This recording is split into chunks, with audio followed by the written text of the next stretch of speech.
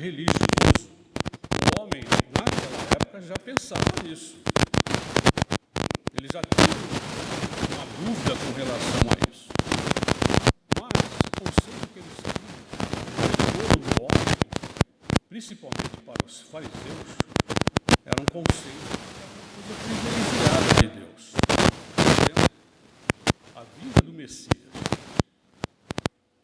Nicodemos esperava a vinda do Messias e estava adiante.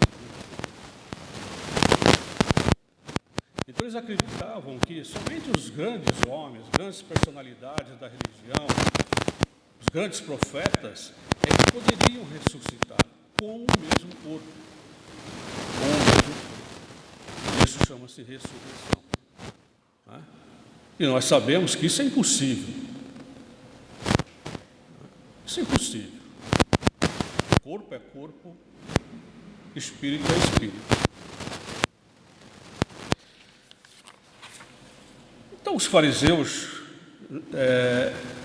eram um agrupamento de pessoas de uma casta bem elitizada. Pessoal do poder aquisitivo mais alto, de grande inteligência, não era só interesse material. Eles até usavam a religião para os interesses materiais. Mas eram inteligentes, eram estudiosos, cumpridores de princípios entre eles. Para o povo, demonstravam ser pessoas realmente de personalidade firme, mas aí nós sabemos, e aí é outra história, que por trás disso haviam outros interesses naquela época. Fariseus, O fariseus aí vem do hebraico, que chama-se divisão, separação. Por aí a gente já vê, que era um grupo, uma casta de pessoas que eram separadas do povo. Então, eram somente eles que frequentavam, que discutiam as leis, que estudavam as escrituras, somente eles é que poderiam interpretar, e nada disso que eles estudavam era repassado ao povo. Pelo contrário, isso ficava oculto de uma maneira que deixava todo mundo duvidoso e então seguia aquilo que realmente eles estavam falando. Então eles eram inteligentes para esse tipo de assunto. Era um grupo aí que eles realmente criam em Deus. Eles tinham uma crença em Deus. Acreditavam já num Deus único.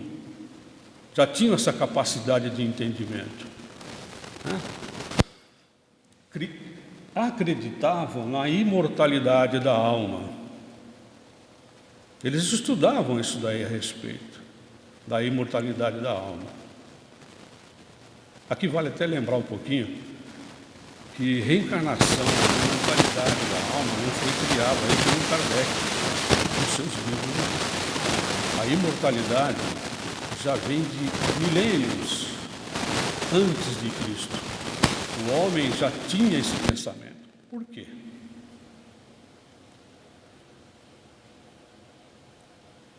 Porque nós somos uma partícula de Deus. Nós somos uma partícula atômica dele. Nós somos parte dele. E nós carregamos em nós isso que é dele, Deus. E eles nos colocam a cada reencarnação para a gente aprender. E nós temos que aprender dessa forma como ele nos diz. Você vai ser criado simples e ignorante. E você vai buscar o seu progresso. E para isso eu vou te dar a oportunidade de várias reencarnações. Você vai ter que reencarnar. É uma escola. Tem um ditado no meio espírita que ninguém começa a construir uma casa pelo telhado. Tem que começar pela base. E é isso que o Pai, ele vem nos construindo de reencarnação a reencarnação. E é isso que nós temos que entender, que ninguém conhecerá o reino de Deus se não nascer de novo. Eles acreditavam na eternidade das penas.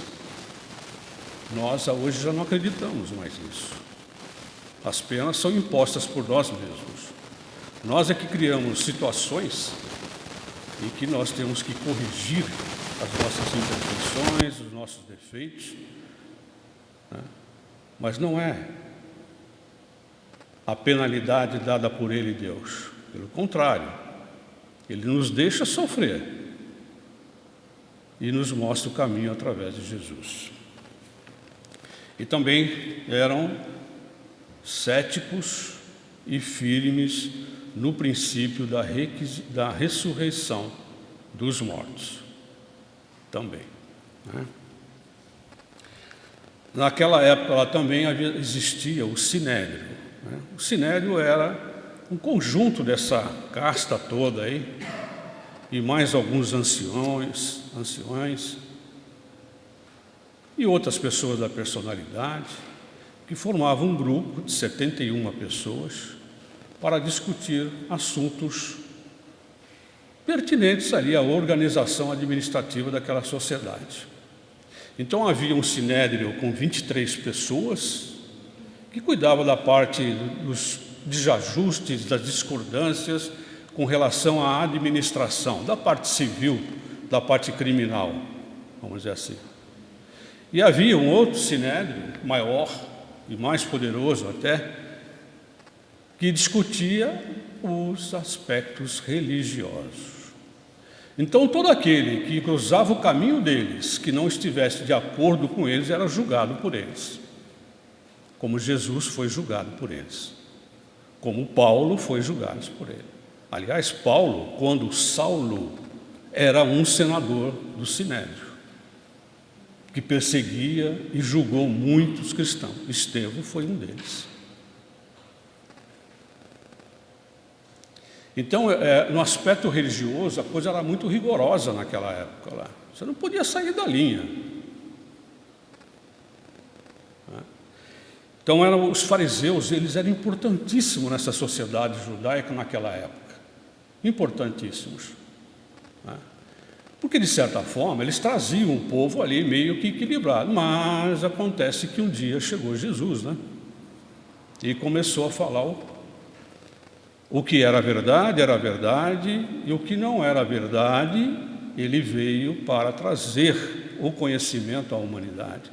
E é esse conhecimento que esses fariseus, na época, já tinham em pensamento, em estudos.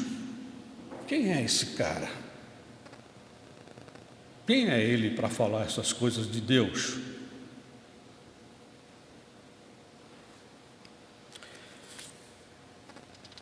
E aí, então, dentro desses grupos de fariseus, havia um homem, então, chamado Nicodemos. Eu acho que todos já devem ter lido, ou pelo menos nos filmes, né?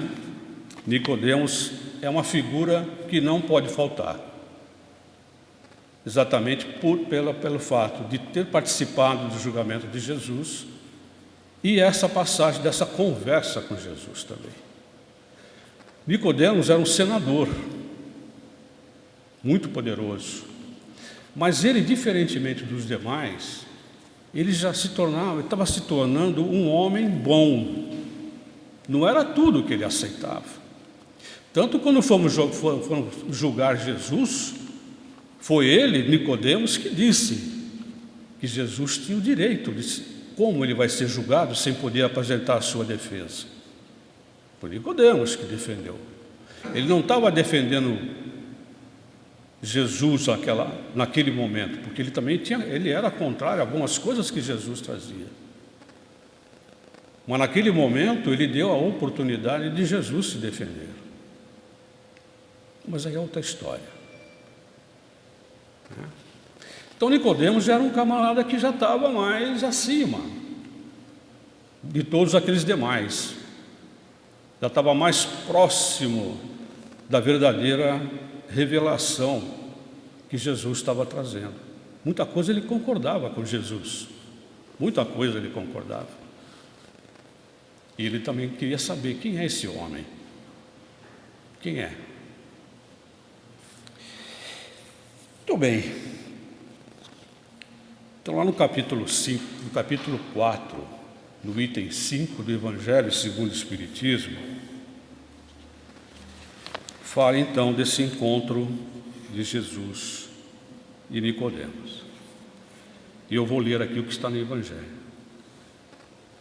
E havia entre os fariseus um homem chamado Nicodemos, senador dos judeus, que veio à noite ter com Jesus e lhe disse: Mestre, sabemos que vieste da parte de Deus, se não estivesse com ele. E Jesus respondeu: em verdade, digo-te, ninguém pode ver o reino de Deus se não nascer de novo. Já é uma resposta. A reencarnação é que está te ensinando isso. E Nicodemos então respondeu: como pode nascer um homem velho? Pode tornar a entrar no ventre de sua mãe para nascer pela segunda vez? Essa foi a pergunta. E Jesus então respondeu: em verdade digo-te, se um homem não renasce da água e do Espírito, não pode entrar no reino de Deus. O que é nascido da carne é da carne, o que é nascido do Espírito é do Espírito, separando aí o que é matéria, o que é Espírito. Está ensinando Nicodemos. Nicodemos, matéria é matéria, Espírito é Espírito. Mas isso ainda não entrava na cabeça do Nicodemos.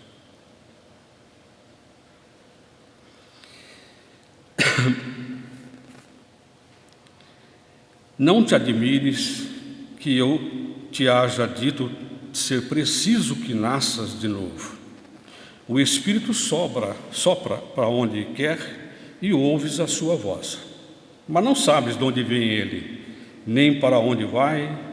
O mesmo se dá com todo homem que é nascido do Espírito.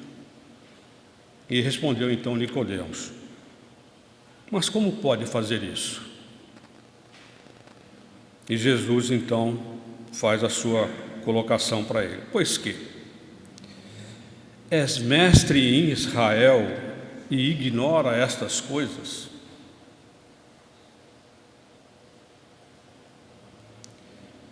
Digo-te em verdade que não dizemos senão o que sabemos, e que não damos testemunho senão do que temos visto.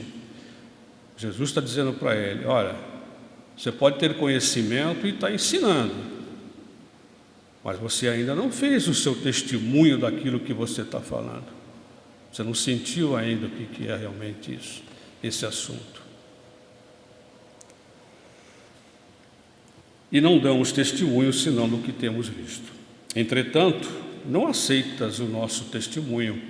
Eu estou te dando testemunho, Nicodemos. Estou te falando, Você mesmo acabou de falar que acredita que eu vim de Deus. Eu estou te dando testemunho e você não está acreditando. Por quê? Se você não está acreditando nas coisas que eu estou trazendo, que é para a evolução da humanidade aqui, falando de amor, se você não está entendendo isso, muito menos você vai entender, Nicodemos, as coisas do Pai. Se eu que estou aqui à sua frente, você não entende, muito menos aquilo que você não vê. E Nicodemos então saiu de fininho e voltou lá. Nesse capítulo 4, então, eu dei uma pincelada aqui, então, aliás, está até separadinho já lá no capítulo 4. Por isso que eu falei que isso aqui não é mais uma palestra, é mais uma exposição daquilo que está no nosso próprio Evangelho. Eu trouxe esse assunto para que cada um reflita depois até que ponto nós somos iguais ao Nicodemos. Como que eu vejo a reencarnação? Como que eu acredito na reencarnação? Qual é a importância que eu dou para a reencarnação? Então, lá no Evangelho, ele fala, olha, que veio à noite. Por que veio à noite? Nicodemos foi ao encontro de Jesus à noite para não ser visto.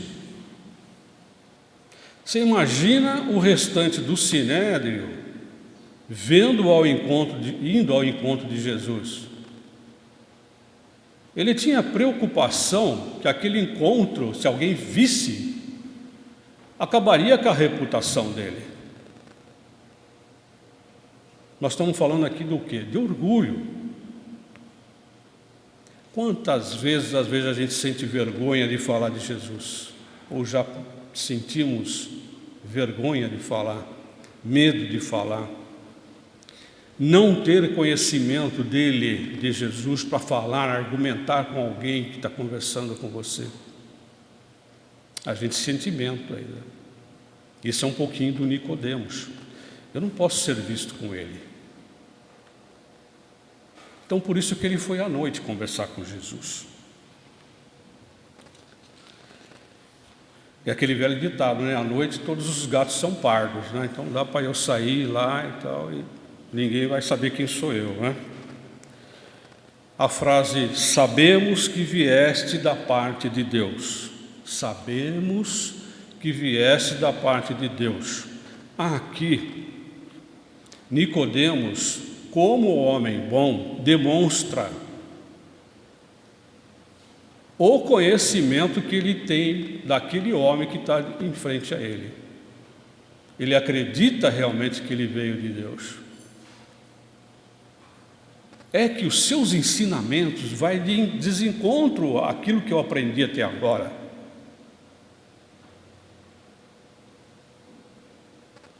Então, Jesus, nesse momento, mostra para ele, da mesma maneira que ele, Nicodemos, está se mostrando humilde nesse momento, ele está mostrando a humildade e o respeito por Jesus, e Jesus também conversa com ele no mesmo nível do Nicodemos. Que é isso que nós precisamos aprender quando nós conversamos com Jesus. Conversar com Jesus como um amigo, conversar com Jesus como aquele que realmente nos dá orientação para aquilo que nós precisamos. Quando eu tiver uma necessidade que Deus me ajude, eu converse com o mesmo nível com um irmão, respeitando a diferença de conhecimentos, de poder, de amplitude, magnitude que é Jesus, não é? Então, entre Nicodemos e Jesus, é infinito aí a diferença de idade, de conhecimento. Jesus, então, desce, mais uma lição dele. E é isso que ele veio trazer para nós, na sua reencarnação, a humildade. Jesus conversava com todos, e é isso que aquele povo judeu não entendia. Como que ele pode ser um homem de Deus e conversa com uma prostituta, com um mendigo, com um alcoólatra, da mesma maneira que ele conversa com um profeta, com um fariseu? Como que ele consegue? Eles não entendiam isso daí. Mas Jesus veio para nos dar o exemplo, através da sua reencarnação.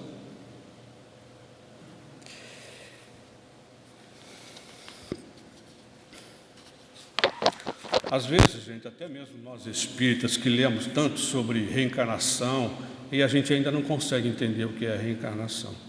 Se a gente lê de cabo a rabo o nosso evangelho, o Evangelho segundo o Espiritismo, e sentir o que realmente está escrito lá, nós vamos ver que tudo ali se trata de uma interpretação de reencarnação, fugiu a palavra. Em todas as passagens de Jesus tem uma mensagem que nos serve como lição para a nossa reencarnação. Esse é o reino de Deus que nós estamos buscando. Esse é o caminho que nós temos que seguir através de Jesus. Tudo fala sobre reencarnação. Tudo. Porque somente através dela é que nós vamos aprender, que nós vamos nos corrigir, não é? Bom, se um homem não renasce da água e do Espírito, não pode entrar no reino de Deus. O que é nascido da carne é da carne, o que é nascido do Espírito é do Espírito. Bom, nós sabemos que nós somos produto da água, né?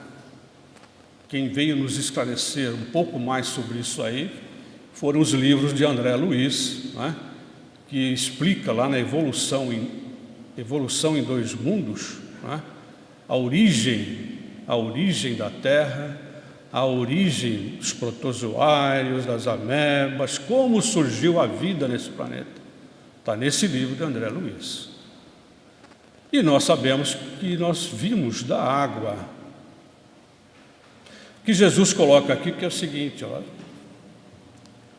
nós nascemos da água. Bom, basta dizer que nós, para nascer, nós, corpo físico, para nascer, nós ficamos 9 meses dentro de uma bolsa cheia de água. É isso que Jesus está falando. O que nasceu da água é da água. O corpo físico nasce dessa água. O corpo físico nasce biologicamente para receber um espírito que vai, então, utilizar aquele corpo lá. O espírito é o espírito. Então, aqui a gente pode dividir em três classes de entendimento sobre isso daí, que é os materialistas, certo?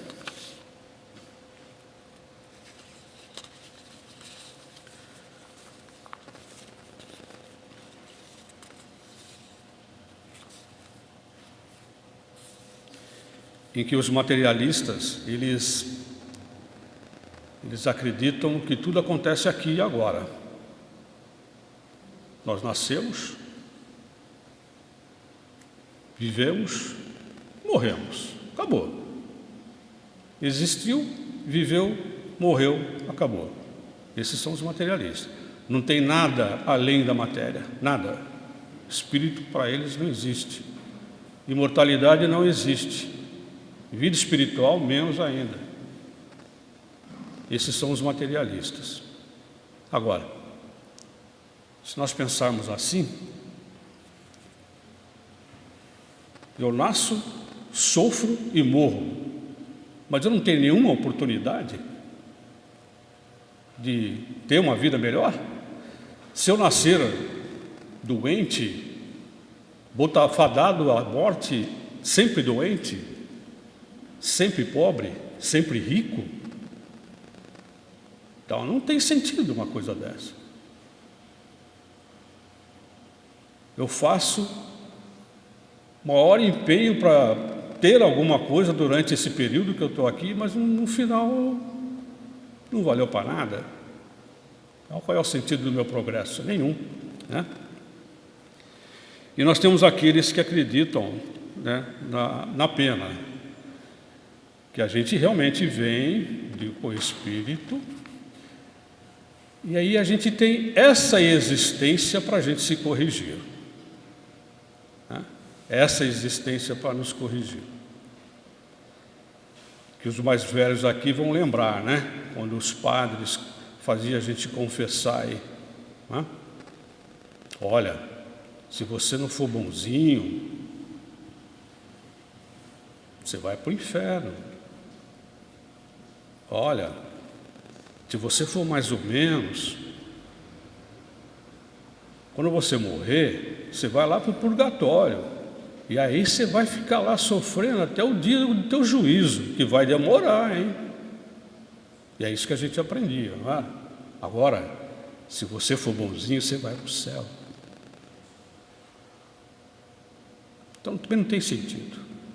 Primeiro porque Deus não nos penaliza. Ele nos dá a oportunidade de nós progredirmos espiritualmente através do sofrimento. E é assim que nós vamos crescer, né? E outra que não tem sentido. Se eu sou bonzinho, tudo bem, vou para o céu. Se o João é ruim, ele vai para o inferno. Cadê a justiça de Deus aí? Então eu tenho mais privilégios do que o João? Não há privilégio para os filhos de Deus. Então, tem aí a filosofia puxa vida, não vai sair essa palavra hoje. Teoria da reencarnação. Que nos traz, então, o conhecimento de que nós somos filhos de Deus, nós somos criados por Ele, e que hoje nós estamos aqui porque nós já tivemos muitas e muitas e muitas reencarnações. E hoje, todos nós que estamos aqui, sem exceção, podemos nos sentir satisfeitos, porque nós já passamos por muito mais sofrimento do que nós passamos hoje. Mas nós estamos aqui, estamos seguindo, estamos em frente, estamos aprendendo. Essa é a oportunidade que Ele nos está dando, não é?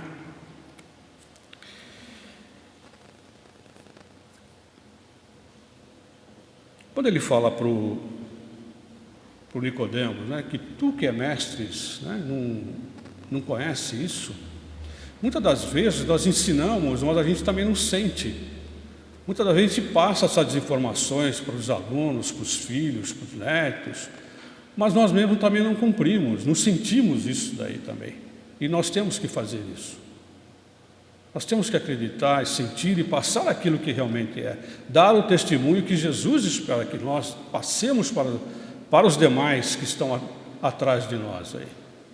Vamos buscar mais conhecimento, mas também vamos passar nossos testemunhos com Ele, né? Precisamos seguir juntos.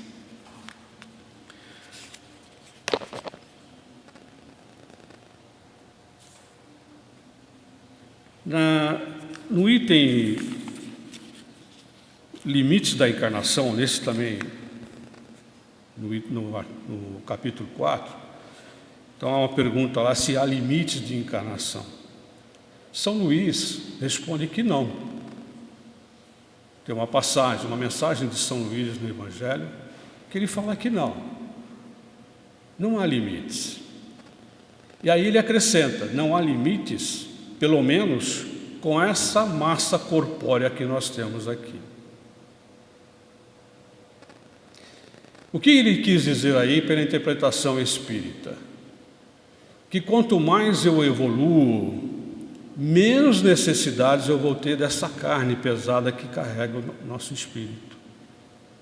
Quanto mais eu evoluo espiritualmente, quanto mais reencarnações eu vou aproveitando, mais etéreo eu vou ficando, mais próximo da perfeição eu vou ficando. Então, São Luís sugere que talvez, quando você for realmente, já estiver nesse estágio, não haja mais necessidade de você reencarnar. Agora, quem está com esse corpo aqui, com certeza terá necessidade de outras reencarnações. Bezerra de Menezes não precisava reencarnar mais, não é? Ele foi até convidado para cumprir uma outra missão, e ele pediu mais 20 anos, uma coisa assim, 20 anos, para ficar aqui no nosso orbe, para nos auxiliar. Pediu um período lá, estou falando 20 anos, mas eu não me recordo qual é o tempo. Mas ele rejeitou essa missão. Ele não precisaria mais reencarnar aqui, e é isso que São Luís está falando. Talvez você vai reencarnar em outras, mas o seu sofrimento vai ser menor. A sua roupagem vai ser mais leve. O seu pensamento vai ser diferente. Vai estar voltado unicamente para o bem. É isso que São Luís nos trouxe. E no capítulo 4 mesmo pergunta sobre a necessidade da reencarnação. E São Luís responde, é necessária, né? Pois a atividade que então se vem a desempenhar ajuda-os a desenvolver a inteligência. Nós temos que desenvolver a nossa inteligência, através do quê? Das reencarnações. Cada vez aprender mais. Gente, nós precisamos aprender química, física, matemática, biologia, conhecer as leis divinas. Nós precisamos aprender sobre arquitetura, sobre tecnologia, precisamos aprender sobre tudo. para desenvolver a nossa inteligência. E aí eu fico vendo essa garotada que está nascendo hoje, acho que já estão nesse nível, já aprenderam tanta coisa, porque já com 7, 8 anos de idade já sabe tanta coisa, já sabe perguntar tanta coisa, que eu com 14 anos não perguntava, não tinha nem passava pela minha cabeça perguntar. Hoje com 7, 8 anos eles estão fazendo pergunta para a gente que a gente não sabe de onde que vem. Isso é o desenvolvimento da inteligência. Essas crianças que estão vindo aqui são super inteligentes. Mas certamente foi através do quê? De diversas reencarnações que foram muito bem aproveitadas, muito bem assimiladas, muito bem vividas, a existência em cada reencarnação. E aí ele coloca assim também: Deus, sendo soberanamente justo e misericordioso, deve aquinhoar igualmente a todos os seus filhos. Ele concede a todos o mesmo ponto de partida. Nós saímos do mesmo ponto de partida. Podemos ter idades diferentes aqui, milenares, mas todos nós tivemos o mesmo ponto de partida.